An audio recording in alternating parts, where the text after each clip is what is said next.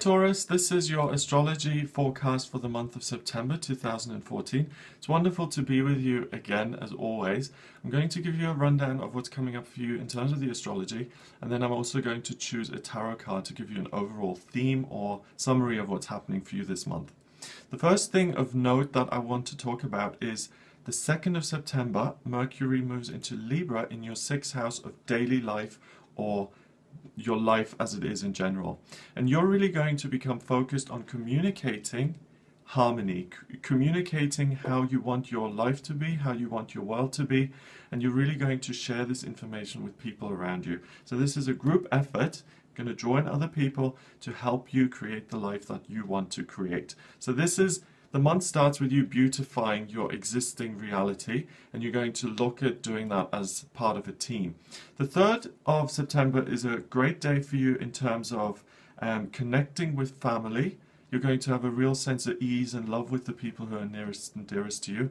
And there's also going to be some sort of intuitive exploration in terms of the more concrete things of a family. So this could be beliefs that you were taught as a child you're going to reevaluate, or there may be some information that comes up regarding inheritances or how the family unit is going to move forward in future. The 6th of September is interesting because Venus moves into Virgo in your 5th house of relationship. Okay, so this is interesting. You know, the goddess of love, Aphrodite, joins the Virgin here, which really is a kind of clash of two opposing forces. Virgo very much frigid and locked down. Aphrodite really,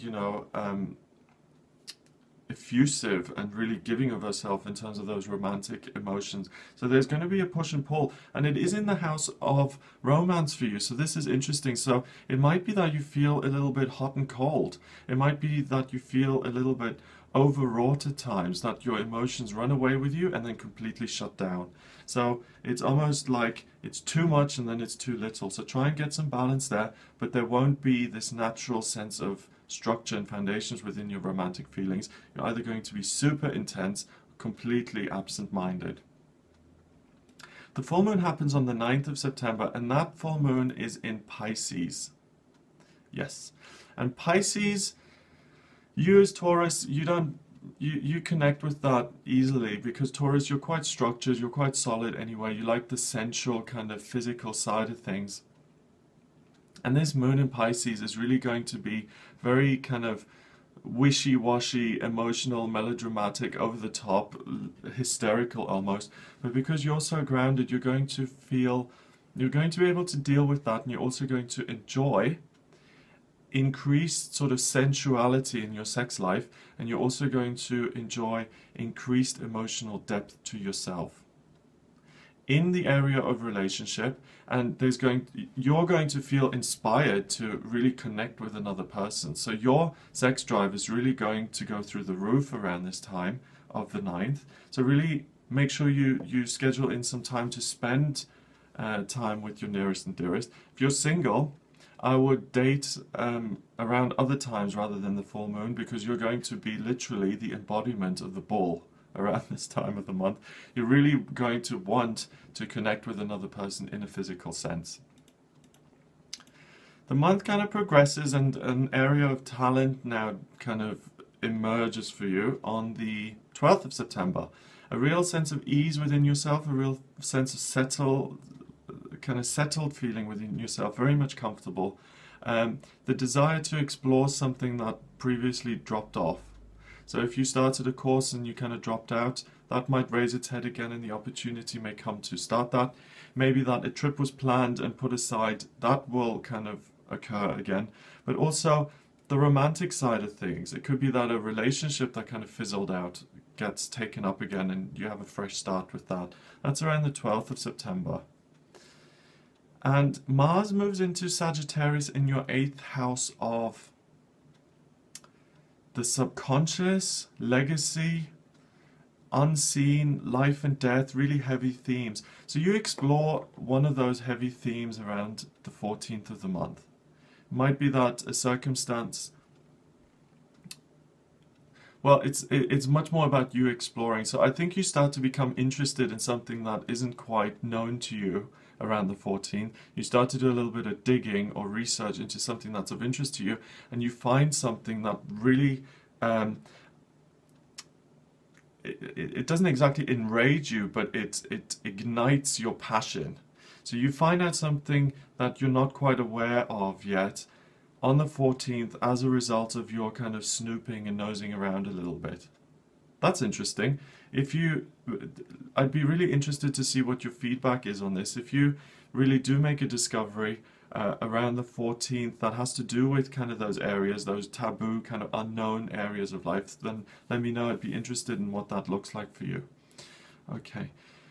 The month moves on. The energy really continues along a very similar path. The 16th is interesting to you in terms of romance. That theme comes up again, the start and stop, the start and stop. So it could be that you really rediscover the past in some ways, or something seems to be going somewhere and then pulls back a little bit. It's like a step forward, a step backward, a step forward, step backward, over and over again.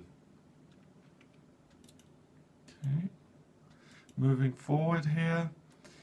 21st is a kind of crunchy time of the month for you. You start to feel some conflict in terms of how you want your family to be and what it's really like. You know, reality versus fantasy kind of clash a little bit.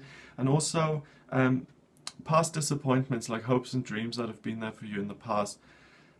Especially in relationship sides, you really start to feel. So it could be that this back and forward all month really starts to hurt your feelings a little bit by the time of the 21st.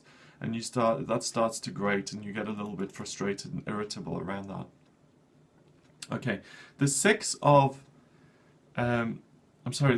24th of September is the time of the new moon, and that's in your 6th house in Libra. And that really sees you asking the question, how can I make my daily life better? How can I improve my circumstances? How can I make my home more wonderful? How can I improve my health? How can I look better? How can I make things feel okay? And this is really a time to set some new intentions. Am I going to go to the gym 3 times a week? Am I going to redecorate? Am I going to make myself more comfortable by changing my attire, my wardrobe, something like that? But it's a good time to put those things into action around the time of the new moon.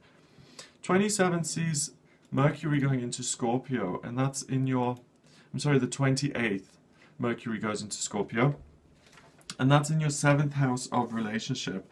Okay, so this month so far has been very much about relationships kind of being reborn and fading away, and being reborn and fading away. And this now is a time when you become very emotionally intense and emotionally kind of focused on relationships with others. So whereas you've been kind of forgiving until now, you become much more strident about what it is you feel. You know, how dare you hurt me this way? I feel hurt and I am not going to accept this. Whereas before it was like, I really love this person, they're hurting me, but I want to see where it goes. You know, it's much more cooperative. Now it's like, bang, if you hurt me, I'm going to react. So just be aware of that kind of shift in energy occurring around this time of the month, end of the month. And also, your Mars, your warrior planet, has been sitting in that sort of house of the taboo, mysterious. It's been sitting there for most of the month, and now it connects with Uranus in your 12th house. So really the unexpected in terms of kind of spiritual matters and your family. So that's interesting. There's going to be a real ease of